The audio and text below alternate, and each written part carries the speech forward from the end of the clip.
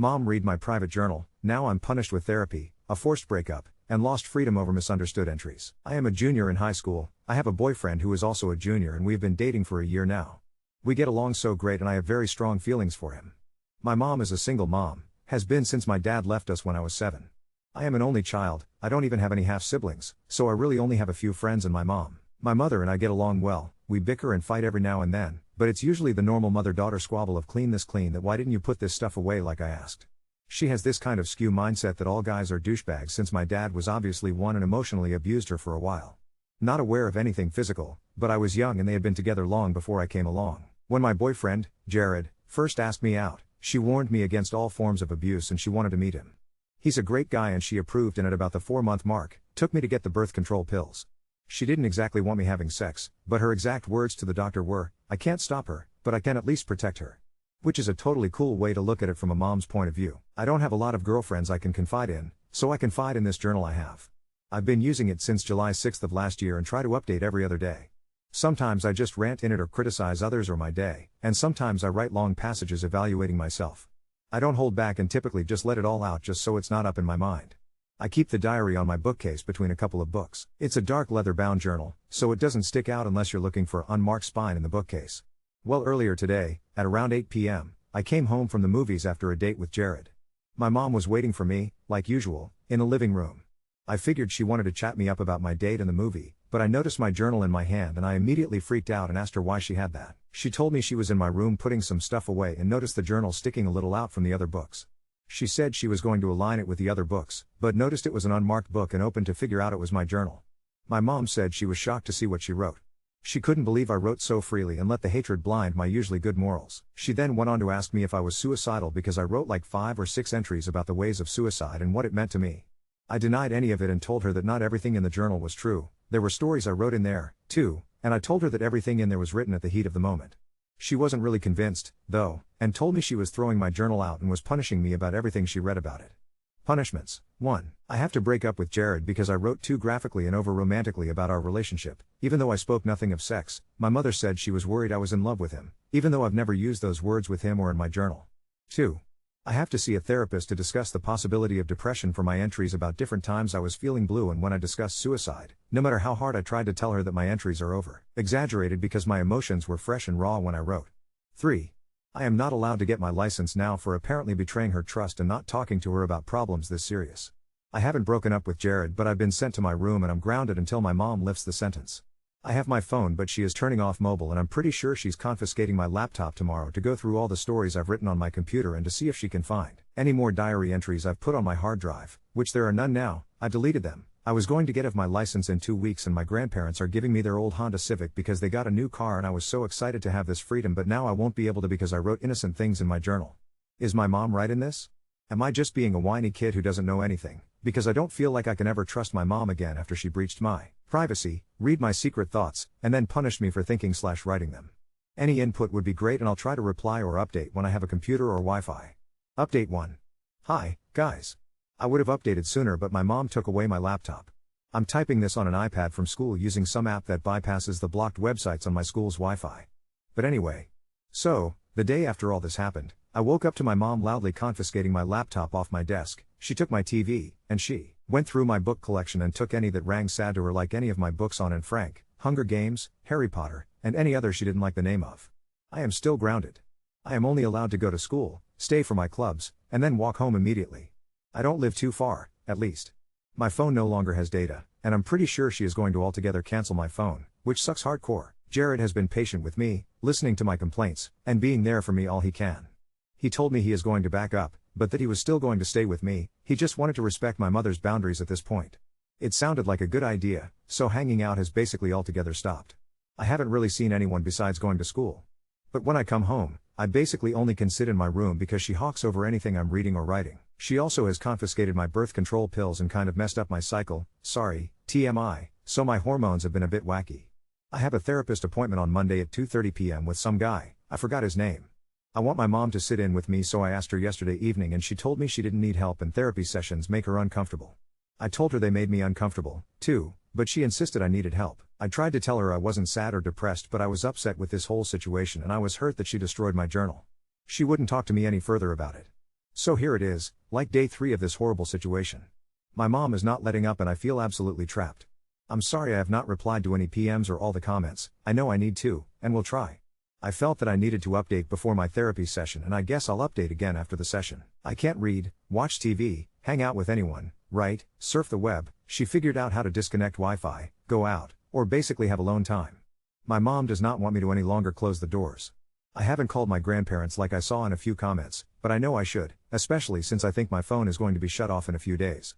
Oh, and my mom is refusing to pay for my SAT and ACT testing because she thinks I'll overwork myself and want to kill myself more. Apparently, she is really cracking down on making sure I'm laying down and just not doing anything until I can see a professional, and she is deaf to anything I'm trying to say to her. To me, this is extreme. I tried telling her that I want to hang out with my friends and do things normally, and she says she's hurt that I'm refusing to work with her and that she is upset that I don't love her as much as she loves me. And then she proceeds to guilt me over how my father didn't love her and she just needs love and understanding, and she makes me feel bad. My mom has kind of always been clingy and overprotective, but she is taking this to a whole new level. Update 2. I wasn't at school yesterday, so I had no internet connection. I talked to grandparents on Thursday. They are paying for my tests. I didn't tell them what was going on at home, because I knew they would freak out and I didn't want to cause a scene. I told them my mom didn't have the money to pay, and they understood. Thanks to everyone who offered. Now I went to the therapist on Monday at 2:30. He was a pretty chill guy. I literally poured my heart onto him and I actually began crying even though I didn't want to cry. I didn't actually think I'd cry. My mom sat in the lobby and waited. The appointment was from 2:30 until 4. I told the therapist about how I loved writing, about my diary, everything in there, how my mom destroyed it, how her destroying it destroyed me, all my punishments, my relationship with Jared, and I actually talked about my mother and her view on men. He was, I guess, shocked that she destroyed it. He said he had never heard of a parent destroying a child's diary, no matter how disturbing. Most parents hold on to it, censor it, and read it over and over again, making sure they didn't read wrong. He was also a little worried about how cut off she made me. He of course asked me how I felt this past week, and in all honesty, I told him I felt weird. Almost kind of numbed. I've been disabled from everything. All I've done is sit, eat, sleep, and shower. The therapist was worried. He met with my mother for a good 10 minutes free our session. I sat in the lobby and I was in pure fear. Besides Jared, I had never just poured my heart onto someone like that, and the therapist kind of opened up into my pain that I guess I was denying. I felt better after being able to cry and rant without being judged or told to hush. He made me aware of that numb feeling I had through my body. When my mom came out, I could tell she was pissed. The therapist set another session up with me, mom not included. The drive home was quiet for the first 5 minutes before my mom kind of went berserk on me. She asked why I lied to the therapist and told him that I felt so upset and ignored. He didn't tell her anything specific. I guess he just told her my general feelings and a vague topic of what was discussed. She told me I was playing the victim and that she was disappointed I lied because she taught me to never lie. I knew it was wrong, but I kind of snapped back at her and told her that I wasn't lying and that I felt so unhappy that she took away my communication with my friends and took away my passion for writing. She told me that she was the adult and what she said went, no matter what. When we got home, I went to my room and closed the door. She opened it back up and I closed it again. She'd walk back over a few minutes later and open it and tell me if I closed it one more I would be in major trouble. Of course, I closed it again. She came barging in, freaking out that I was being a horrible child and that she was going to punish me again. I asked her what she was going to take away because she took everything away, already. She ripped my Weezer poster off the wall and then the My Chemical Romance one. I begged her to stop because I paid for them, but she stripped my wall of all my band posters. I was pretty steamed, so I sat on my bed with my face in my pillow for who knows how long. I think I even fell asleep, because when I brought my head up, it was the evening, around 6:30. I walked out of my room and my mom was making enchiladas for dinner. We sat down and had a mostly silent dinner until she spoke up, asking me, rather calmly, why I lied to the therapist.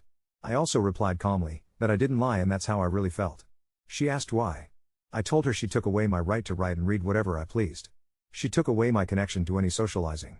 I had no phone, no computer, no books, no TV, and no paper to write with. I told her I was bored out of my mind and so very upset with everything that was happening. She took offense to this and asked what else she was supposed to. I looked her straight in the eyes and told her she should not have read my diary, and even if she still had, she should have put it back. I told her my diary was a secret place to rant and I apologized if there were a few entries incriminating her, and I told her that every idea in there was just amusing, not an actual action for me to carry out. She told me that she never kept a diary like that. She said a diary was a place to put cherished memories. I agreed and told her cherished memories were in there, even the angry memories in there were cherished, but she ruined them with water. She told me it was her only option. After dinner I went to my room and sat at my desk just kind of sitting there and tapping a pencil and thinking, and realized never once did my mother apologize for anything she did. So here I am, sitting at school. SAT paid for, therapist on my side, but my mom is still going against me. Next appointment is next Thursday, February 13th at 4 p.m. because the therapist wants to cram extra time with me. Ever since therapy and my mom going berserk, I feel lost and more upset than ever. What now? Update 3. Sorry I've been gone for so long, a lot has been going on. So last time I updated, I told you guys I would probably be calling my grandparents. During lunch, Jared and my friend, Allie, and I went to the library. I used Jared's phone to call my grandparents. Nobody picked up, so I waited until the lunch period was almost over and tried again, still no answer. After school, I used Allie's phone and called, and this time, my grandmother picked up. She was happy to hear from me since it has been a while and asked what the word was. I told her everything that happened as fast as I could, and just as you guys said, my grandmother was horrified. She said she would call my mom. It worried me a bit, but I had to get home, so I got off the phone with her. When I GT home, my mom was in her office on the phone. I peeked in the door a bit. She was asking how my grandfather was and such, so I went to my room and sat there. I was really nervous about what my grandmother was saying to my mom cause I wasn't sure anything was going to help at this point. I literally sat there and stared at my clock from 4:13 to 4:57 p.m. and finally I decided to go get a snack. The office is right next to the kitchen so I could make out what my mom was saying. She was talking about my SATs and my upcoming therapist appointment. There was a pause and I was really careful not to make a lot of noise and she said, "Oh mom, you don't have to take Lana to do that." I decided she was going to be driving this year. Another long pause before my mom said, "This weekend? We will just be at the house." And then, "Sure. If you two want to. I'm sure Lana would love that." I sat down at the table and began eating, and a few minutes later my mom came out of her office and told me my grandparents were coming to visit us this weekend. Friday at school was long and I felt kind of anxious. I wrote a lot during all my classes and threw them away at the end of the day.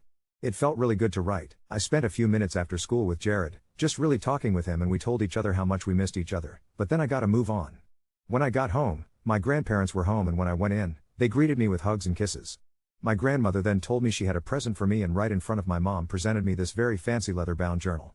My mom didn't say anything, but I could tell she was screaming on the inside. I went and hid the journal behind my dresser. My grandparents noticed something different about the house.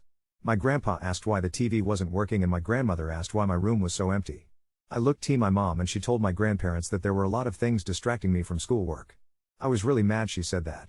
She basically threw me under the bus to my grandparents, but my grandmother knew the truth because I told her everything in the phone. My grandparents then offered to take us to dinner. Dinner was tense and quiet.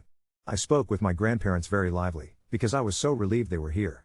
My grandpa then asked if I was excited to get my license and I said yes, but my mom looked at me and said, "I thought you," and I decided it'd be best to wait. My grandpa, who is a barrel lively jokester, then smiled at my mom and said, "She's a kid. Why make her wait for a real high school experience such as driving?" My mom got super annoyed and was basically silent the rest of the meal. When we got home, it was late, so my grandparents went to bed and my mom sat me down and asked me if I was trying to make her look bad. I told her no and she accused me of lying. She began crying saying that everything had been so difficult lately and she was afraid of losing me. I sat there like an idiot cause I didn't know what to say. She just got up and went to her room after that. The next morning, we all went shopping. It was like walking on eggshells though because I didn't want to set my mother off. She looked pretty tired and wasn't talkative or in the mood to be spoken to, so I laid low. My grandparents must have sensed the tension. When my grandpa and I were away from the other two, he asked if everything was okay. I just told him things had been strained between my mother and I and that was it. Sunday evening, my grandparents left. They told me to call them if I needed to. After they left, my mother asked to have that journal given to me. I told her that it was mine and I loved it very much. She told me I did not need it and that she would use it for her work. I got really mad at her and screamed for her to stay out my life before she ruined it forever. This made her upset at first, but then she got really pissed and marched into my room, demanding to know where it was. She searched my drawers, my mattress, threw my pillows on the floor, but didn't find it. She told me I had to the count of 3 to pull it out, but I was so mad I didn't. She then began asking why I was doing this to her and then out of nowhere I burst into tears because I was just so stressed out. I asked her why she was doing to me and asked her if she really thought I was suicidal.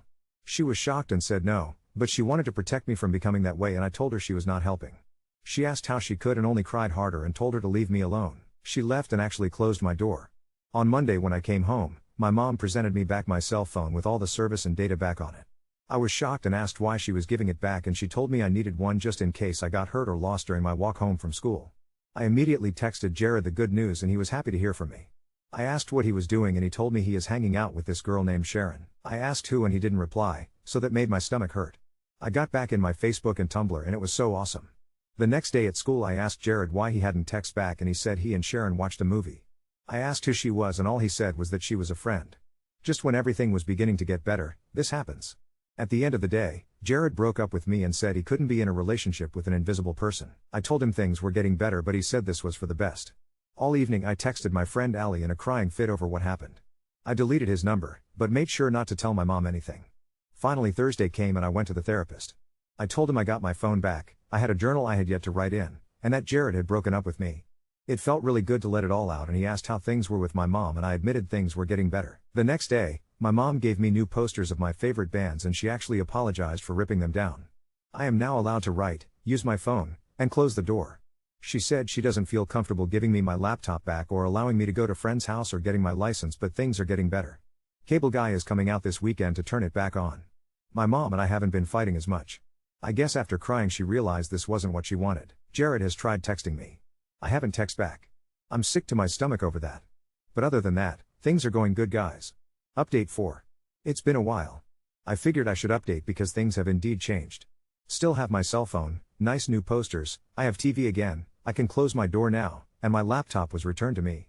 As for my license, my mom still says no, she still hawks over me when I write, and she checks up on me frequently when I am in my room. I still go to my therapist, once a week on Tuesdays. He's helped me a lot. Not just with my mom's situation, but to better understand things and how to handle situations. I'm still broken up with Jared. I've talked to him a bit here and there, but not much. I smile at him in the hallway when I pass him and he will text me asking how I am, but I'm pretty much over it.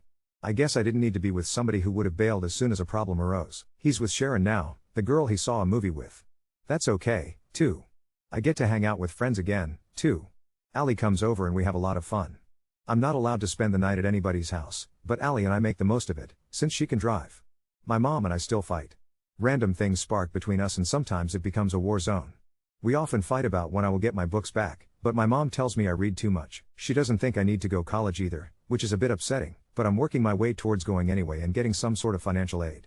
My grandparents still call, when they can. My grandfather had a major heart attack 2 weeks ago and has been in and out of the hospital a lot.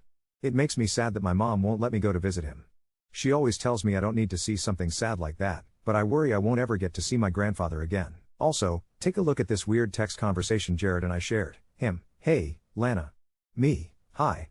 Him, how are you doing? Me, same old, same old. You? Him, nothing. Sharon's mad at me, right now. Me, oh I'm sorry. Go talk to her about it? Him, she won't talk to me. Me, then why are you talking to me? Him, just needed somebody to talk to. I didn't respond and he literally sent me 3 text messages a few minutes apart only saying my name. I figure I need to just ignore him completely, but a part of me wants to talk to him again because I miss what we have, but another part of me tells me we are over. I dunno. Relationships are weird.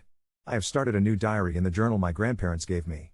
It feels great to write, but I usually write in it at school and keep it beneath all my things in my backpack, so if my mom searched it, it wouldn't be noticeable. Having a diary is like my rock in life, and every time I think back to 5 or so weeks ago, I cringe at the thought of what happened. I was literally trapped in the grip of my mom and that scares me. I lost all my privileges and freedom, and although it's not all back yet, it's a lot better than it was a month ago. My therapist suggested getting a pen pal, which I took him up on immediately. My pen pal's name is Ethan and he lives in the UK. He is a really nice guy who loves to write as much as I do and I can't wait to receive physical letters from him. Sometimes we email and share things about our daily lives, home, and cities, but we share other interests. I'm glad my therapist decided to hook me into a pen pal system. I may get another one soon to pass the time with when Ethan is busy. For now, I think everything is really going to be alright. I want to thank everybody who gave me advice, the Reddit gold, that I don't know how to work, and all the support. You guys helped me through a really tough time in my life. Some of you guys had more backbone than I do and you guys up and left home. I don't think I could ever just leave my mother behind. I love her, and though her views of men and adoption are radical, I hope when I graduate, she will be able to just let me go. I want to go to school for either RTF or journalism and I don't think my mother could stop me if I tried. Unless anything bad happens or there's a turn for the worse, I think this should be the final update until life begins to suck again. For the most part, I am over my old ruined diary. My new diary is a fresh slate. A new life without Jared or any of that other baggage. Update 5. It's been almost a year since my last update. So much has changed, I don't even know where to begin. I'm a senior now, with only 2 months left until graduation. The thought of leaving high school behind feels both terrifying and exhilarating. My relationship with my mom has improved significantly, though we still have our moments. After months of therapy, both individual and a few joint sessions, she finally agreed to let me get my license last summer. I can't even describe the feeling of freedom when I first drove alone in my grandparents' Honda Civic. I cried happy tears the entire way to Ali's house. Speaking of my grandparents, my grandfather recovered from his heart attack, though he's not as energetic as he used to be. My mom finally allowed me to visit them over Christmas break, and those 2 weeks were exactly what I needed.